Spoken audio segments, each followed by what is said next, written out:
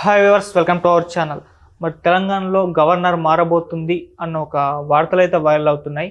So ఇప్పుడున్న తమిళసాయి గారు అటు తమిళనాడులో ఎంపీగా కంటెస్ట్ చేయబోతున్నారు. అందుకని ఇక్కడ గవర్నర్ వేరే వారిని నియమించే అవకాశం ఉందంటున్నారు. మరి ఈ వార్తల్లో వాస్తవం ఎంత ఉంది, నిజంగా మారుస్తున్నారా లేదా? సో ఈ అంశం మీద డిస్కస్ చేయడానికి ప్రజెంట్ మనతో పాటు సీనియర్ జర్నలిస్ట్ జయదేవ్ గారు వాటిని అడిగి తెలుసుకుందాం. సార్ నమస్కారం. నమస్తే. అంటే గవర్నర్ రాష్ట్ర ప్రథమ పౌరురాలు ఆవిడ. ఇంతకుముందు ఉన్న ప్రభుత్వంకి, అదే కేసీఆర్ గారి ప్రభుత్వంకి, తెలంగాణ రాష్ట్ర సమితికి ఎందుకో చాలా ఎడమొహం పెడమొహంగా ఉండేవారు చాలా సందర్భాల్లో. అలాగే ప్రధానమంత్రి గారు హైదరాబాద్ వచ్చినప్పుడు కూడా ప్రోటోకాల్గా ఫాలో అయ్యి ముఖ్యమంత్రి ఎయిర్పోర్ట్కి వెళ్ళి ఆహ్వానించాలి అనే సందర్భంలో కూడా గవర్నరు ముఖ్యమంత్రితో వెళ్ళాల్సిన వ్యక్తి గవర్నర్ వెళ్ళేవారు, కానీ ముఖ్యమంత్రి కేసీఆర్ గారు వెళ్లకుండా చలసాని శ్రీనివాస్ యాదవ్ గారినో లేకపోతే ఇంకో మంత్రినో ఎవరినో పంపించేవారు. సో అంటే ఏదో పడక అంటే అక్కడ ఎందుకు అలాగా పడట్లేదు అని అంటే ప్రధాన కారణం నాకు తెలిసినంతవరకు గవర్నర్లు, రాష్ట్రపతులు కూడా భారత ప్రథమ పౌరుడు కానీ, ప్రథమ పౌరురాలు కానీ, రాష్ట్ర ప్రథమ పౌరుడు కానీ, పౌరురాలు కానీ ఖచ్చితంగా ఒక పార్టీకి విధేయుడిగా ఉన్న వాళ్ళనే నియమించడం జరుగుతుంది, వాళ్ళ మెజారిటీ బట్టి కదా. సో లోక్సభలో అయితే అదే రాష్ట్రపతి అయితే లోక్సభలో ఉండే మెజారిటీ బట్టి ఎవరైతే ఎన్నుకుంటారో వాళ్ళ రాష్ట్రపతిగా అభ్యర్థిని పెట్టుకోవడం. ఇక్కడ రాష్ట్రంలో అయితే ఎవరి అసెంబ్లీ, ఎవరిదైతే గవర్నమెంట్ ఉంటుందో వాళ్ళకి సంబంధించిన వ్యక్తిని పెట్టుకోవడం అవుతుంది. అయితే రాష్ట్రపతి, గవర్నర్ కూడా కేంద్రం నియమించిన దాని ప్రకారం ఉంటుంది కాబట్టి కేంద్ర ప్రభుత్వం ఏదైతే ఉంటుందో వాళ్ళే మ్యాక్సిమం వాళ్ళకి తెలిసిన వ్యక్తుల్ని, లేదంటే వాళ్ళు సపోర్ట్ చేసే వ్యక్తుల్ని, లేదా ఒకప్పుడు వాళ్ళ పార్టీకి విధేయులుగా ఉన్న వ్యక్తుల్ని పెట్టుకోవడం జరుగుతుంది. దానికి చాలా ఎగ్జాంపుల్స్ కూడా ఉన్నాయి, మీకు తెలిసే ఉంటుంది. ఇప్పుడు తమిళిసై గారు ఏదైతే ఉన్నారో ఆవిడ ఒకప్పుడు తమిళనాడులో బీజేపీలో బాగా యాక్టివ్ పార్టిసిపెంట్ అని, ఆ పార్టీకి సంబంధించి చాలా వరకు ప్రభుత్వంతో పోరాడేవారని కూడా మనం చాలా సందర్భాల్లో వార్తలు చదువుకున్నాం. తర్వాత ఆవిడ గవర్నర్ అయిన తర్వాత ఆవిడ జీవిత చరిత్ర, ఆవిడ జనరల్గా ఎవరైతే ముఖ్యమంత్రి అవుతారో, ఎవరైతే గవర్నర్ అవుతారో వాటి గురించి పేపర్లో వస్తుంటుంది కదా, వాళ్ళ ప్రయాణం ఎలా సాగింది, ఎప్పుడు ప్రారంభించారు, ఈ స్థాయికి ఎలా వెళ్ళగలిగారు. సో ఆ సందర్భంలోనే ఆవిడ గురించి గతంలో చాలాసార్లు బీజేపీ తరఫున ఆవిడ అభ్యర్థిగా ఉండడం, ప్రభుత్వ వ్యతిరేకంగా చాలా విషయాల్లో ప్రభుత్వం ఏమైనా చేయరానివి చేసినప్పుడు ప్రభుత్వంకి వ్యతిరేకంగా పోరాడడం, చాలా సందర్భాల్లో ఆవిడ అరెస్ట్ అవ్వడం గట్రా జరిగాయి. సో ఇప్పుడు బీజేపీ ప్రభుత్వం గుర్తించి ఆవిడని తీసుకొచ్చిందని కూడా మనం చదువుకున్నాం. అలాగే ఇంతకుముందున్న రాష్ట్రపతి రామ్నాథ్ కోవింద్ గారు కూడా, ఆ పేరు మనం అంతవరకు వినలేదు, బట్ ఆయన బీజేపీలో కానీ ఆర్ఎస్ఎస్ కొన్ని విషయాల్లో కానీ ఆయన చాలా యాక్టివ్గా ఉండేవారు, దేశం కోసం చాలా కష్టపడ్డారు అని కూడా ఆ తర్వాత మనం చదువుకున్నాం. సో అటువంటి వాళ్ళకి బీజేపీ ప్రభుత్వం కూడా చాలా గుర్తింపునిస్తుంది, వాళ్ళకి సంబంధించి వాళ్ళకి తగిన సమయంలో తగిన గుర్తింపునిచ్చి, తగిన హోదానిచ్చి గౌరవిస్తుంది. సో ఈవిడికి కూడా అలాగే తెలంగాణ గవర్నర్గా నియమించడం అయింది. ఈఎల్ నరసింహం గారి తర్వాత ఈవిడ అయ్యారు. సో ఇప్పుడు మళ్ళీ ఆవిడ అంటే రాజకీయ నేపథ్యం ఉన్న వాళ్ళే మ్యాక్సిమం గవర్నర్లుగా అవుతూ ఉంటారు. ఈఎల్ నరసింహం గారు కొంచెం దానికి కాంగ్రెస్కి విధేయుడిగా ఉండేవాడు కాబట్టి ఆయన ఒక ఐపీఎస్ ఆఫీసర్ అయినప్పటికి కూడా తర్వాత క్రమంలో గవర్నర్గా అవతరించడం జరిగింది. సో ఇప్పుడు తమిళిసై గారు ఏంటంటే ముందు నుంచి రాజకీయ నేపథ్యం ఉన్న వ్యక్తి, బాగా తమిళనాడులో కూడా అగ్రెసివ్ పార్టిసిపెంట్ బీజేపీ తరఫున కాబట్టి. సో ఇప్పుడు రాజకీయాలు వస్తున్నాయి, ఎలక్షన్స్ వస్తున్నాయి లోక్సభ రేపు ఏప్రిల్ మేలో. సో దాని తరఫున పోటీ చేస్తారని అంటే ఇది ఇప్పుడు ఉంది ఇన్ఫర్మేషన్. ఈవిడ టర్మ్ అయిపోయిన తర్వాత ఆవిడ ఖచ్చితంగా లోక్సభకి కంటెస్టెంట్ చేసే అవకాశం ఉందన్నట్టు కూడా వార్తలు మనం విన్నాం. బట్ అవి ఎంతవరకు వాస్తవం తెలియదు. బట్ మళ్ళీ ఇప్పుడు మీరు అడుగుతుంటే వాస్తవం ఏమో అనిపిస్తోంది. సో ఇప్పుడు ఆవిడ వెళ్ళిపోయిన తర్వాత నెక్స్ట్ గవర్నర్ ఎవరు అనేది మీ క్వశ్చన్. సో ఖచ్చితంగా మళ్ళీ ప్రభుత్వానికి విధేయులుగా ఉన్న వాళ్ళనే పెట్టుకుంటారు. ఇప్పుడు కాంగ్రెస్ ప్రభుత్వం స్టేట్లో ఉంది, బట్ సెంట్రల్లో బీజేపీ ఉంది కాబట్టి ఒకసారి గవర్నర్ని నియమించిన తర్వాత 5 ఏళ్ళ వరకు మ్యాక్సిమం చాలా పెద్ద ఇష్యూస్ అయ్యి ఏవైనా చేయకూడని పనులు చేసి ఎట్లాంటి అయితే అప్పుడు రాష్ట్రపతి ఉత్తర్వుల మేరకు మళ్ళీ గవర్నర్ని చేంజ్ చేసే ఛాన్సెస్ ఉంటాయి.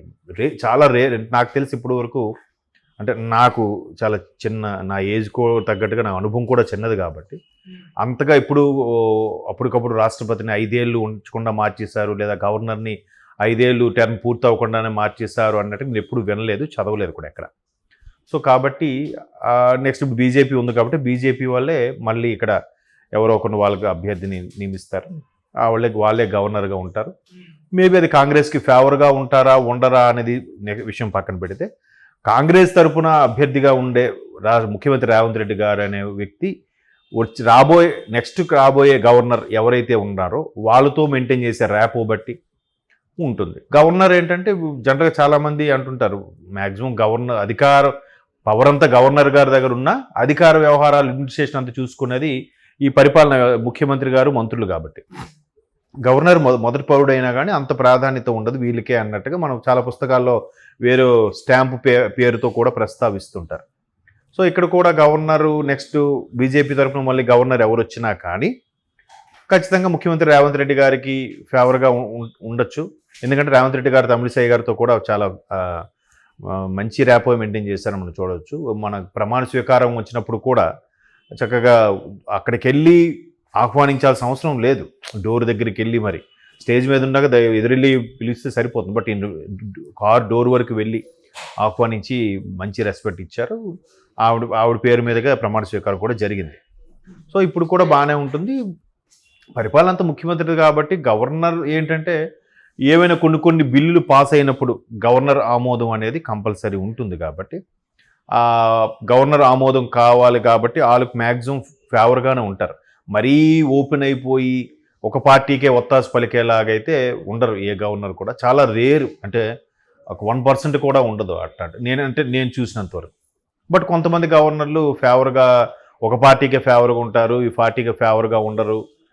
గవర్నరు బీజేపీ అభ్యర్థి అన్నట్టుగా గత ప్రభుత్వంలో చాలాసార్లు విమర్శలు జరిగాయి. అందుకే గవర్నర్ విషయంలో కూడా ఈ ఆఖరికి ముఖ్యమంత్రి కేసీఆర్ గారు రిజైన్ లెటర్ పంపించేటప్పుడు కూడా ఆయన వెళ్లకుండా ఓఎస్డీ గారితో ఇచ్చి పంపించడం, లేదంటే అసెంబ్లీ సమావేశాలు ప్రారంభమైనప్పుడు గవర్నర్ ప్రసంగంతో ప్రారంభం అవ్వాలి, అట్లాంటి గవర్నర్ ప్రసంగం లేకుండా కూడా కొన్నిసార్లు నిర్వర్తించిన గట్రా జరిగాయి.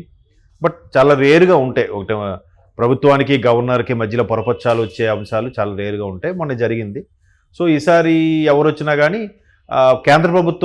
కేంద్రంలో ఏదైతే ప్రభుత్వం ఉందో ఆ ప్రభుత్వానికి సంబంధించిన వాళ్ళకి ఫేవర్గా ఉన్న వ్యక్తుల్ని, లేదా ఒకప్పుడు పార్టీలో పనిచేసి పార్టీకి నమ్మకంగా ఉండే వ్యక్తులను పెట్టే అవకాశాలు ఎక్కువగా ఉంటాయి. సో ఈసారి కూడా బీజేపీ అభ్యర్థే, అంటే బీజేపీలో ఒకప్పుడు పనిచేసిన వాళ్ళు కానీ, లేదా బీజేపీ రాజకీయాల్లో క్రియాశీలకంగా ఉన్న వాళ్ళు కానీ వాళ్ళని తీసుకొచ్చి గవర్నర్గా నియమిస్తారని అనుకుంటున్నాను. సో తమిళిసై గారు నెక్స్ట్ పార్లమెంట్ ఎలక్షన్స్కి పోటీ చేసినా ఆశ్చర్యపోనక్కర్లేదు. అంటే సార్ ఇప్పుడు గవర్నర్ గారు పదవి కాలం అయిపోయింది కాబట్టి మారుస్తున్నారా, లేకుంటే మీరు అన్నట్టు రేవంత్ రెడ్డి గారితో మంచి ర్యాపో ఉంది, కాంగ్రెస్ ప్రభుత్వంతో మంచి ర్యాపో ఉంది కాబట్టి బీజేపీ ప్రభుత్వం మార్చే ఆలోచనలో ఉందా? అంటే అంతకుముందు బీఆర్ఎస్ పార్టీతో అస్సలు ర్యాపో లేదు. అవును, కాంగ్రెస్ తో ఉంది కాబట్టి లేదండి. కాంగ్రెస్తో ఉంది లేదు అని కూడా మనం చెప్పలేం కదా. అక్కడ ప్రభుత్వం ఏదున్నా కానీ గవర్నర్కి ప్రభుత్వానికి ఎప్పుడు సయోధ్యగానే ఉంటుంది. చెప్పాను కదా, అసలు అసెంబ్లీ సమావేశాలు కూడా మొదటి పౌరుడు ప్రసంగంతోనే ప్రారంభమవుతుంది. ఆ ప్రసంగం తర్వాత కూడా దాని మీద ఒకరోజు చర్చ అంతా నడుస్తుంది. ఆ ప్రసంగం కూడా అక్కడ ఉండే స్థానిక ఏదైతే ప్రభుత్వం ఉందో ఆ ప్రభుత్వం రాసిచ్చిన ప్రసంగాన్నే గవర్నర్ చదువుతారని కూడా ఒక రోమరో అది వాస్తవమో తెలియదు కానీ ఉంది. బట్ గవర్నర్కు సంబంధించి కూడా వాళ్ళు పిఏ ఉంటారు, వాళ్ళు చూసుకునే వ్యవహారాలు వాళ్ళు రచిస్తారు. కొంత ప్రభుత్వంతో రేపు పెట్టబోయే సమావేశాల్లో ప్రధానంగా దేని మీద చర్చించబోతుంది ప్రభుత్వం, ఏ అంశాల గురించి చర్చకు రాబోతుంది అనే దాని మీద తెలుసుకొని ఆ అంశాలు అక్కడ ప్రస్తావించి మాట్లాడతారు తప్ప మరీ ప్రభుత్వం ఇచ్చిన స్క్రిప్టే చదువుతారని నేనైతే అనుకోను. చాలామంది ప్రతిపక్షాలు అలాగే విమర్శిస్తుంటాయి, గవర్నర్ కూడా ప్రభుత్వం రాసిచ్చిన స్క్రిప్టే చదివారు అని చెప్పి గవర్నర్ ప్రసంగానికి ధన్యవాదాలు తెలిపే కార్యక్రమం మేము పాల్గొనట్లేదన్నట్టు కూడా ప్రతిపక్షాలు చాలా సందర్భాల్లో విమర్శిస్తుంటాయి. సో అట్లా ఏం లేదు, 5 ఏళ్ళు అయిపోవచ్చింది కదా, 5 ఏళ్ళు అయిపోవచ్చింది కాబట్టి ఇంకా నెక్స్ట్ మార్చాలి, నెక్స్ట్ ఎవరు వస్తారనేది చూడాలి. దాని ప్రకారం కేంద్రంలో బీజేపీ కాబట్టి బీజేపీ మళ్ళీ వాళ్ళ అవకాశం సద్వినియోగం